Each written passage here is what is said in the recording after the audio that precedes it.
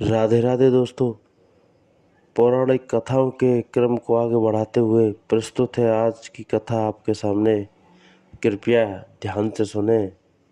पसंद आने पर लाइक शेयर सब्सक्राइब करें। खुद भी पढ़ें, दूसरों को भी पढ़वाएं सुनाएं। तो चलिए दोस्तों, बढ़ाते हैं आज की कथा को आगे। पुराने ज़माने में एक राजा हुए थे, भर्तहरि। वे कवि भी थे। उनकी पत्नी अत्यंत रूपवती थी। भर्तहरि ने स्त्री के सौंदर्य और उसके बिना जीवन के शून्यपन पर 100 श्लोक लिखे, जो श्रृंगार शतकम के नाम से प्रसिद्ध हैं। उन्हीं के राज्य में एक ब्राह्मण योगी गोरखनाथ भी रहता था, जिसने अपनी निस्वार्थ पूजा से देवता को प्रसन्न कर लिया। देवता ने उसे वरदान के रूप में अमर फल देते हुए कहा कि इससे आप लंबे समय तक युवा रहोगे। ब्राह्मण ने सोचा कि भिक्षा मांगकर जीवन बिताता हूँ, मुझे लंबे समय तक जीकर क्या करना है। हमारा राजा बहुत अच्छा है, उसे यह फल दे देता हूँ। वह लंबे समय तक जिएगा तो प्रजा भी लंबे समय तक सुखी रहेगी। वह राजा के पास गया और उनसे सारी बात बताते हुए वह फल उन्हें दे आया। राजा फल पाकर प्रसन्न हो गया। फिर मन ही मन सोचा कि यह फल मैं अपनी पत्नी को दे देता हूँ। वह ज़्यादा दिन युवा रहेगी तो ज़्यादा दिनों तक उसके साहचर्य का लाभ मिलेगा। अगर मैंने फल खाया तो वह मुझसे पहले ही मर जाएगी और उसके वियोग में मैं भी नहीं जी सकूँगा।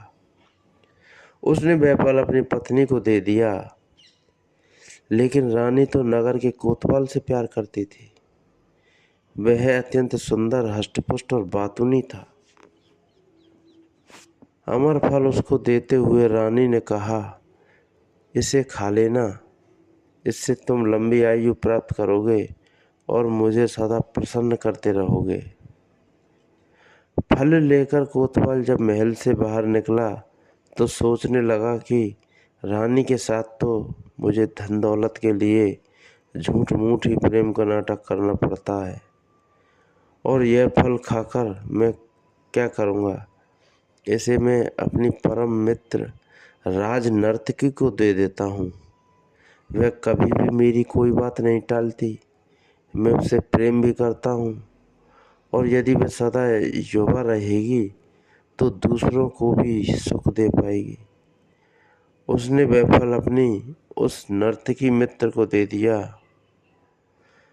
राज नर्तकी ने कोई उत्तर नहीं दिया और चुपचाप वह अमर फल अपने पास रख लिया। कोतवाल के जाने के बाद उसने सोचा कि कौन मूर्ख यह पाप भरा जीवन लंबा जीना चाहेगा। हमारे देश का राजा बहुत अच्छा है, उसे ही लंबा जीवन जीना चाहिए। यह सोचकर उसने किसी तरह राजा से मिलने का समय लिया और एकांत में उस फल की महिमा सुनाकर उसे राजा को दे दिया और कहा कि महाराज, आप इसे खा लेना। राजा फल को देखते ही पहचान गया और भौचक्का रह गया। पूछताछ करने से जब पूरी बात मालूम हुई तो उसे वैराग्य हो गया और वह राजपाट छोड़कर जंगल में चला गया। वहीं उसने वैराग्य पर 100 श्लोक लिखे, जो कि वैराग्य शतकम के नाम से प्रसिद्ध हैं। तो दोस्तों, सार यही है कि इस संसार की वास्तविकता है, एक व्यक्ति किसी अन्य से प्रेम करता है, किसी अन्य को चाहता है, और वह व्यक्ति भी उसे उतना ही प्रेम करे, यह वह चाहता है। लेकिन ऐसा नहीं है। विडंबना यह है कि वह दूसरा व्यक्ति किसी अन्य से प्रेम करता है। इसका कारण यह है कि संसार व इसके सभी प्राणी अपूर्ण हैं। सब में कुछ न कुछ कमी है।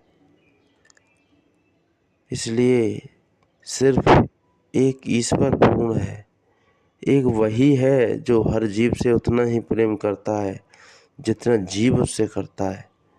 बस हम ही उसे सच्चा प्रेम नहीं करते।